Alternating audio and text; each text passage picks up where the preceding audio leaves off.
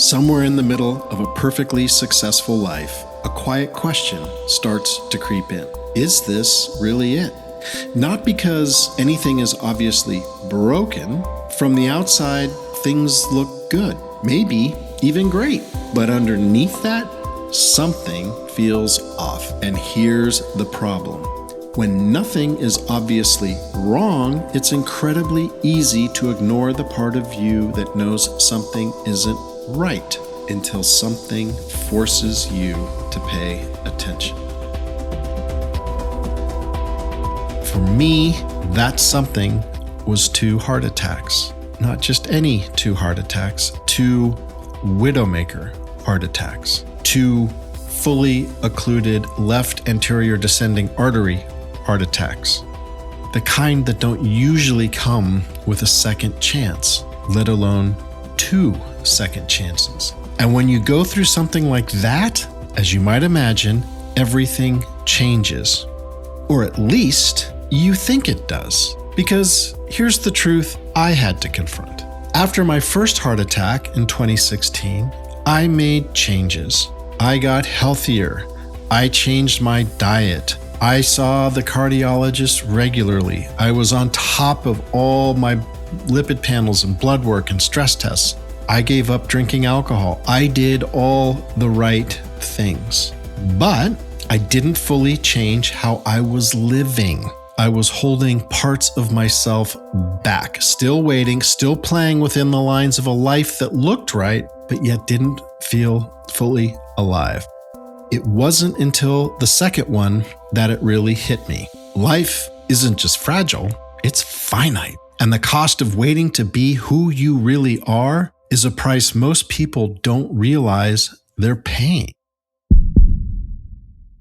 Hello, everyone. Thank you for joining Code 3 Life Reinvented. I'm your host, AJ Jones, and today is a solo episode, just me. Thanks for joining. Thanks for taking time out of your day, and thanks for listening to material that might help you in some way or another. I want to read you something I wrote because it's been sitting with me. It's from my book that is coming out in just a little while called Powered by Authenticity: What Nearly Dying Twice Taught Me About Alignment, Courage, and Living Fully. And it goes like this. We have this incredibly precious window of time on this planet, and wasted it misaligned with who we are is more than a missed opportunity. It's a tragedy. I'm living proof that life can be snatched away at any moment. I'm lucky I get to come back and tell you about it. Hesitation, procrastination, and fear keep us from being who we truly are. They keep us waiting. Hospice patients commonly regret wasting so much time. Don't waste yours while you still have some. Urgent authenticity means recognizing that this moment, this very moment, is the only one promised.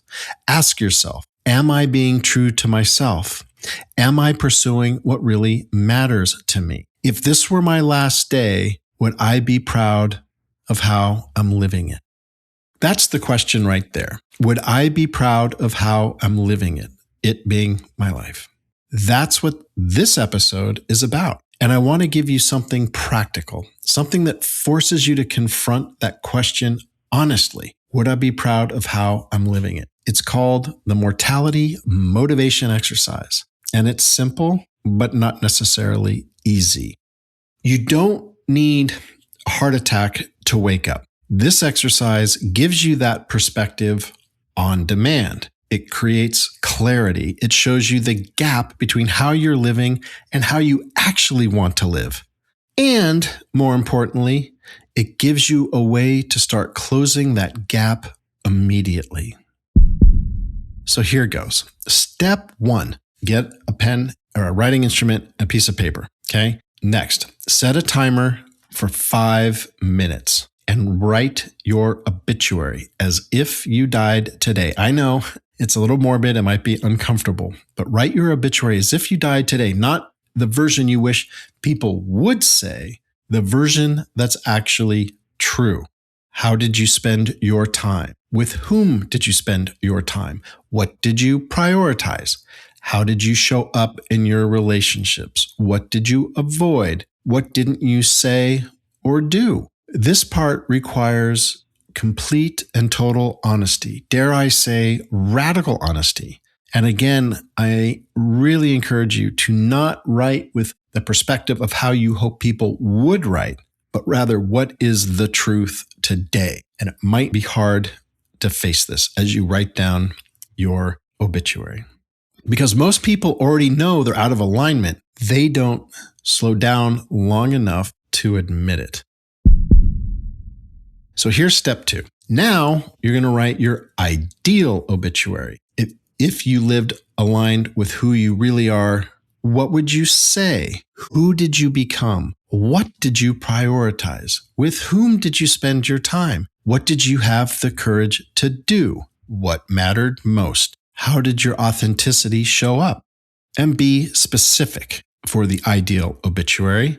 It's about truth, the version of your life that actually feels real to you now.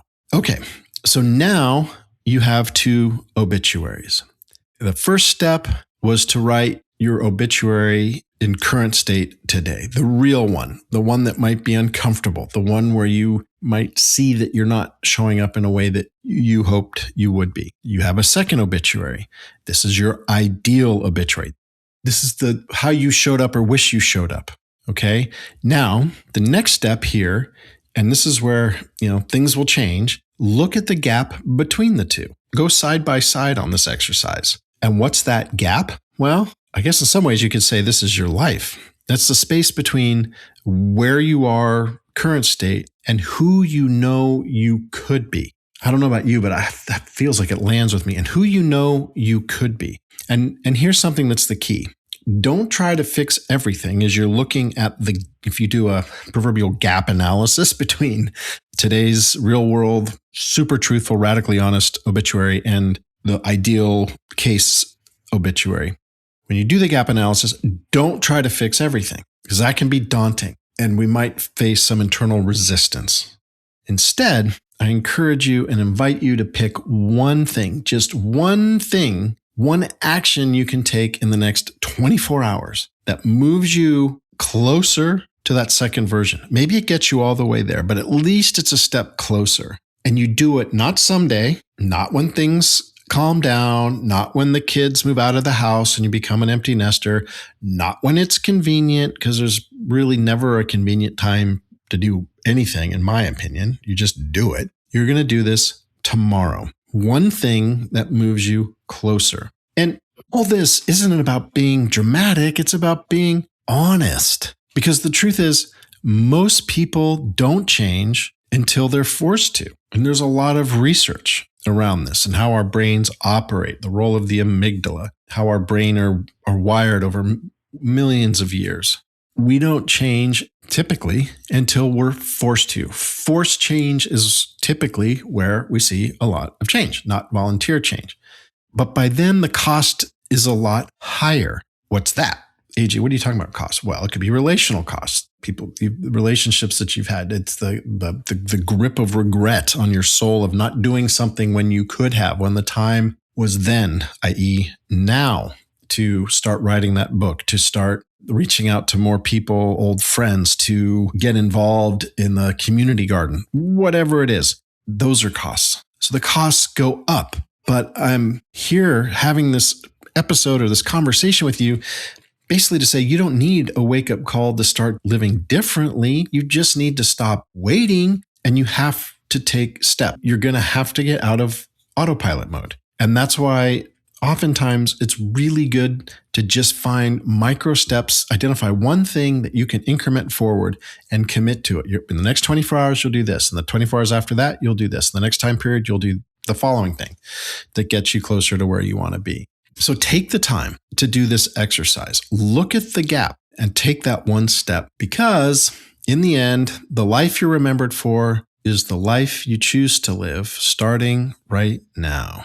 And if this resonated, this is exactly what I explore in my book, Powered by Authenticity. Not available yet, but it will be soon. And I can't wait to announce that. And as always, this is your your humble host, AJ. I encourage you, I remind you to stop waiting and start living now. If any of this landed, besides reading my book, that isn't yet in the market, but will be soon, please check out our website. My company is called More, and the website is bemorealigned.com, and see how we can help you move towards, in this case, that ideal obituary in your life.